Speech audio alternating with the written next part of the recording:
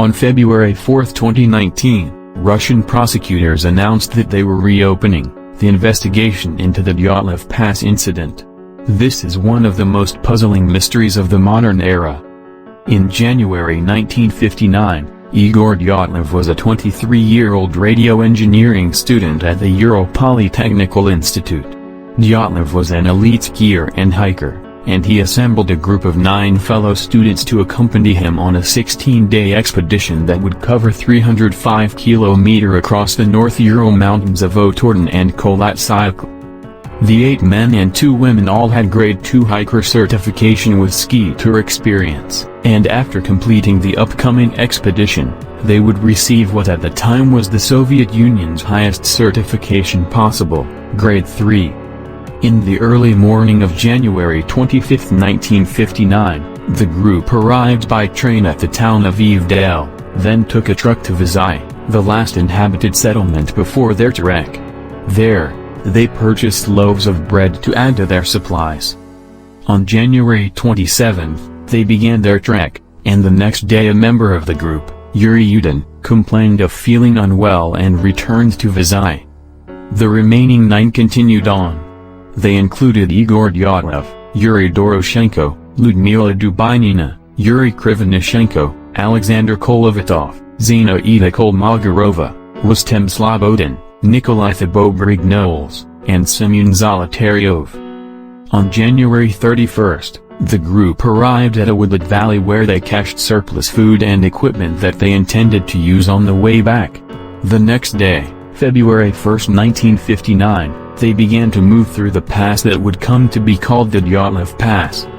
From what was recovered from expedition members' Dyatlov Pass photos and diaries, investigators were able to determine that the Russian hikers hoped to make camp that night on the opposite side of the pass. During that day, however, snowstorms moved in and the group deviated to the west, ending up at the top of a mountain called Kolat-Syakhl. In the language of the indigenous people, Kolat-Syakhl means dead mountain. Rather than making their way down the mountain to a forested area, they chose to make camp on the mountain's slope. Temperatures that night were very cold, -25 to -30 degrees Celsius, and the group shared one large tent. Dyatlov had arranged with Yudin that he would send a telegram once the group had returned to Vizhai, but when no telegram arrived on the agreed-upon date or for a week thereafter, Yudin alerted the authorities. The head of the Ural Polytechnical Institute assembled a rescue team comprised of students and teachers to look for the missing hikers. After what they found, the Soviet Army got involved. On February 26, 1959, the rescuers from the Ural Polytechnical Institute found the Dyatlov group's tent. It was cut in half, but from the inside. Within the tent were the group's belongings, including their shoes. Outside the tent, there were 9 sets of footprints made by people who were wearing only socks, a single shoe, or were barefoot. The rescuers followed the footprints, some of which led down toward the edge of nearby woods 1.5 kilometers northeast of the tent. At the edge of the forest, under a large pine tree, the rescuers found the remains of a small fire and the shoeless bodies of Krivonishenko and Doroshenko, who were wearing only their underwear. Above the bodies, branches of the pine tree were broken to a height of 5 meters, that is 16 feet, indicating that at least one of the men had climbed up to look at something, perhaps the camp. Between the pine tree and the camp, the rescuers found 3 more bodies, those of Dyatlov, Kolmogorova, and Slobodin. They were lying several hundred meters from one another. Despite intensive searching, rescuers didn't find the remaining 4 expedition members until May 4th. They were located 75 meters further into the woods from the pine tree, and 3 of the 4 were found wearing more clothing than the others. There were signs that as each of them died, their clothes were appropriated by those who were still alive.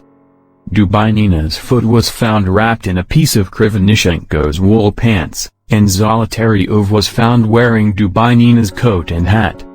It was not known until autopsies were performed on all the expedition members that things took a turn toward the weird. Thibault-Brignoles had several fractures to his skull. Ludmila Dubinina and Semyon Zolotaryov had major fractures of their chests, but none of these bodies showed any signs of external trauma.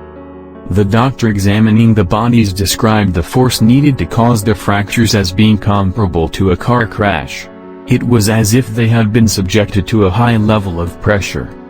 One body that did show signs of external trauma was that of Dubai Nina. She was missing her eyes, tongue, part of her lips, part of her face, and a fragment of her skull bone. The skin on her hands was macerated while Alexander Kolovatov's body showed no signs of injury. When the Russians reopened an investigation into the Dyatlov Pass incident in February 2019, CNN reported that only 3 possible explanations for the deaths were being considered: an avalanche, a snow slab avalanche, or a hurricane. Opposing an avalanche explanation are the fact that the area showed no signs of an avalanche having taken place, and the fact that the bodies that were found within 10 days of the incident were covered with only a very shallow layer of snow.